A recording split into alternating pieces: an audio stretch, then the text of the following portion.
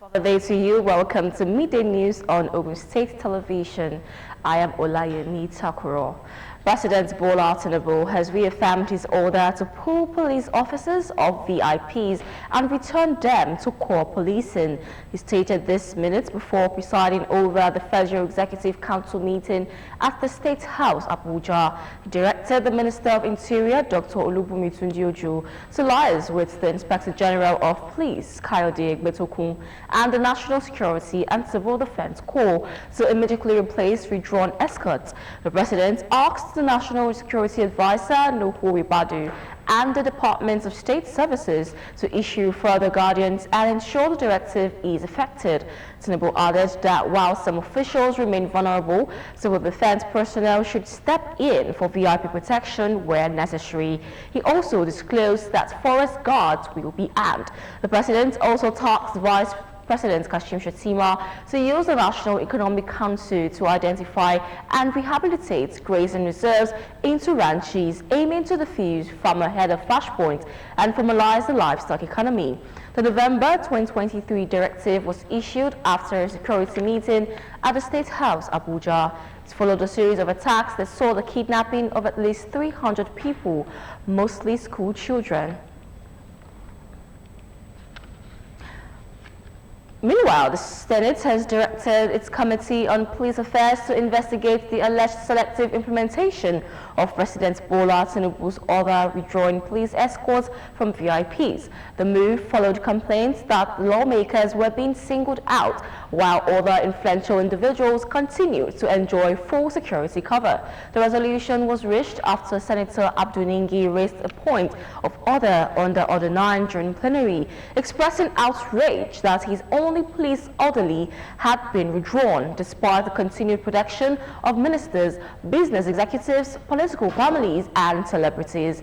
Ningi warned that the uneven enforcement of the president's directive could expose lawmakers to security threats and undermine the intent behind the order, issued in November as part of a broader national security strategy to improve police efficiency and public safety. He underscored that he had no objection to complying with the president's policy, provided it was implemented fairly. Responding, the Deputy Senate President, Barau Jibrin, confirmed that the leadership had already discussed the matter and taken steps to address the concerns raised. He acknowledged that the President's directive appeared to be selectively enforced. Jibrin assured lawmakers that efforts were underway to resolve the situation. He added that while the Senate fully supports the President's reforms, any breach of the directive should be investigated. He therefore instructed the Committee on Police Affairs to conduct a proper investigation into why some individuals continued to retain police escorts despite the presidential order and report back within 4 weeks.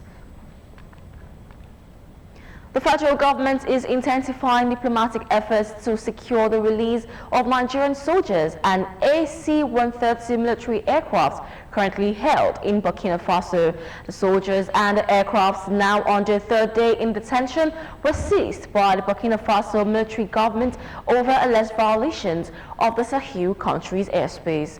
Confirming the ministry's involvement, the spokesperson for the Ministry of Foreign Affairs, Kimebi Bienfa, told newsmen that the Nigerian embassy had initiated talks with the Burkina Faso government.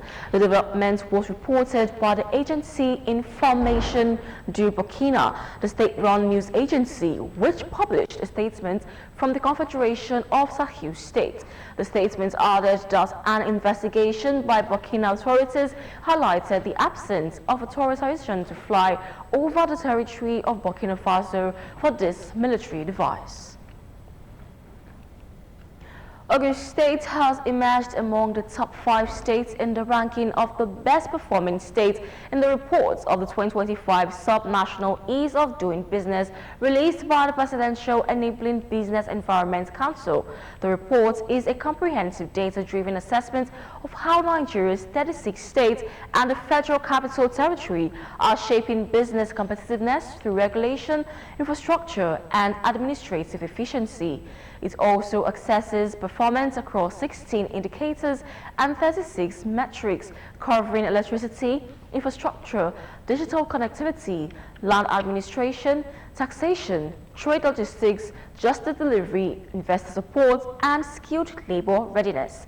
Ogun State made the top 5 ranking because it distinguished itself through consistent reform momentum, improved digital processes, and more predictable regulatory environment among Lagos, Kaduna, Oyo, and Federal Capital Territory, which took first, second, third, and fourth positions in that order.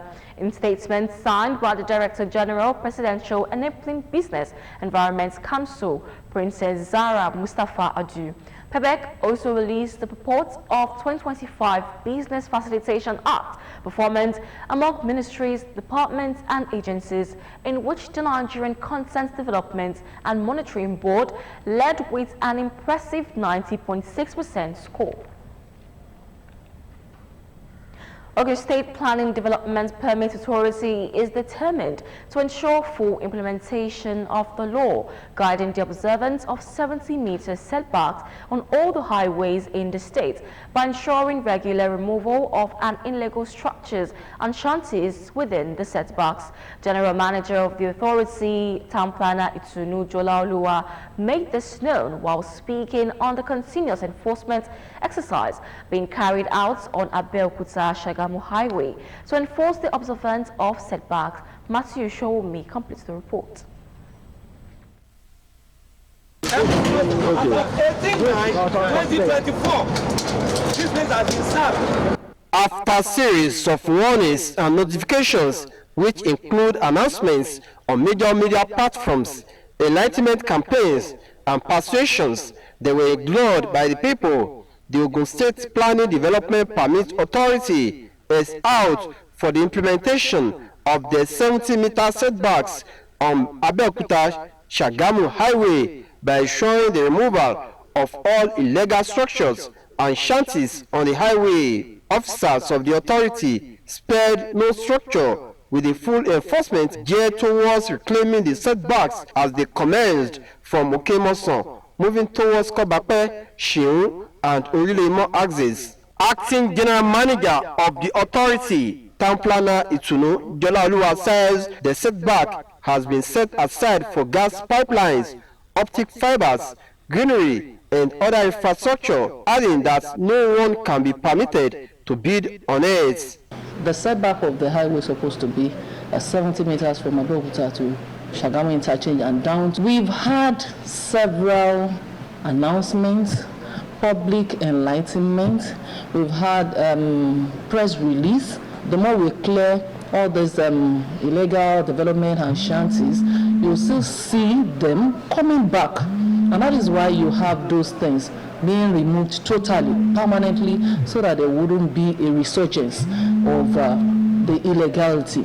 Town Planner Jolaoluwa sounds a note of warnings to others who still have structures on the setbacks to remove them before the officials of the authority gets to the areas. Section 9, subsection 1 to 4 of the Ogun State Planning and Development Permit Regulation 2022 tells us about the road setback of all the roads in the state. And this road setback is not meant for shanties, for illegal development. There are many people that are having their development, whether temporary or permanent, within the road setback. They should just remove it before the government gets there. The exercise is to continue in other areas of the state. Matthew Showumi, OGTV News. The High Court of Ogun State has dismissed the claim by the suspended chairman of Ijebu East Local Government, Honorable Wale Adedayo, against the governor of Ogun State, Prince Dapo Abiodun. Honorable Adedayo 2 years ago instituted a suit challenging his suspension as the council was alleging that the governor orchestrated his suspension. Dismissing all his claims against the governor, the court held that the local government is a separate entity, extinct from the governor. The court, however, could not find any nexus between the petition and the alleged political differences, agreeing with the first defendant through his counsel. Adekunle Manu Justice Director Civil Litigations, who appeared with PM Shebi Omo, confirmed there was no convincing evidence to suggest that the governor was behind the petition or that such petition was written due to the claimant's allegation of political differences. The court equally found that since the local government and its legislative council were separate from the governor could not be held responsible for their action or inaction. Furthermore, the provisions of the local government law of Ogun State state that it was only the governor that could suspend the claimant for a period of 3 months, a step the governor never took. In the final analysis, the judge noted that since the tenure of the claimant had lapsed, he could not be restored to his office, despite the steps taken towards his removal being illegal, null and void. Efforts to strengthen safe delivery practices and reduce maternal and infant mortality take center stage in Ogun State as traditional birth attendants and health professionals gather for the 2025 annual Birth Attendants Conference. The conference, organized by the Ogun State Alternative Medicine Board, focuses on improving hygiene, record keeping and timely referrals, while also enhancing collaboration between traditional birth attendants and the formal health system. Olaide Oloye reports from June 12 Cultural Center in Abeokuta, venue of the event. Her report. To address the rising need for safer delivery practices in Nigeria, the Ogun State Alternative Medicine Board hosts the 2025 Annual Birth Attendants Conference, bringing together traditional birth attendants, healthcare professionals, government officials, and other stakeholders. In attendance are the Deputy Governor, Engineer Noemot Salako Oyedele, and the Commissioner for Health, Dr. Tomi Koka, among others. Declaring the conference open on behalf of Governor Dapo Abiodun, the Deputy Governor calls for stronger collaboration between traditional birth attendants and the formal medical sector. She emphasizes the administration's ongoing investment in the health sector, including capacity building, renovation of primary healthcare centers, and expansion of the Ogun State Health Insurance Scheme to give more pregnant women access to quality health. As birth attendants, you must remain alert, cautious, and guided by best practices. No mother or child should be lost due to negligence, misinformation, or procedures that no longer meet safety standards. As a government, we remain committed to building an enabling environment for safe maternal health care. Experts at the conference highlight the law guiding the board and stress adherence to approved healthcare guidelines. They advocate strict compliance with hygiene standards, proper record keeping, and prompt referrals to medical professionals. They are expected to ensure that they refer, because there's every consequences for everything that they do. If they fail to refer on time, then that could result to civil or criminal liabilities on their part. We want to prevent our mothers from dying. We don't want the pregnant mothers to die. We don't want their newborns also to die, so that when they know the right thing to do, they will be able to, send them to the right place at the right time. Earlier, the chairman of the Ogun State Alternative Medicine Board, Balogun Nuruddin Olaleye, appreciates the government's support and outlined the board's continuous effort in upgrading the skills of birth attendants across the 3 senatorial districts. They need day-to-day activities of managing their ability to perform very well. We are a parastatal under the same Ministry of Health, so we collaborate. Participants express optimism that the resolutions reached will help safeguard the lives of mothers and babies, ultimately improving maternal health outcomes across the state. Olaide Oloye, OGTV News. We now move to the foreign scene. A Myanmar military airstrike killed more than 30 people as a hospital and aid workers said as the junta wages a withering offensive ahead of elections beginning this month. The junta has increased airstrikes year on year since the start of Myanmar's civil war conflicts after snatching power in a 2021 putsch ending a decade-long democratic experiment. The military has said polls starting December 28 touting the vote as an off-ramp to fighting, but rebels have pledged to block it from territory they control, which the junta is battling to call back. A military jet bombed the General Hospital of Makriyou in Western Rakhine State, bordering Bangladesh, said aid worker Wan Hun Ao.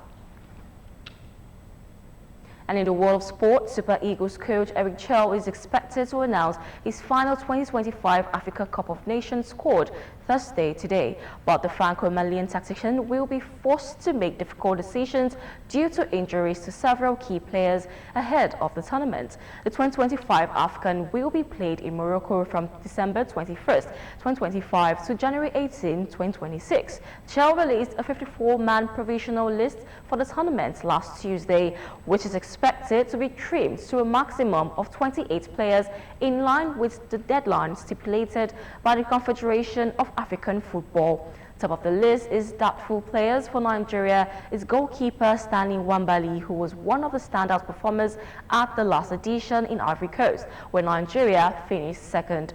Nwabali has been injured since the last international break and could miss the tournament, according to his coach at Chippa United. And just before we leave, let us remind you in the words of Mother Teresa that not all of us can do great things, but we can do small things with great love. And that's it on Media News. Many thanks for watching. Bye for now.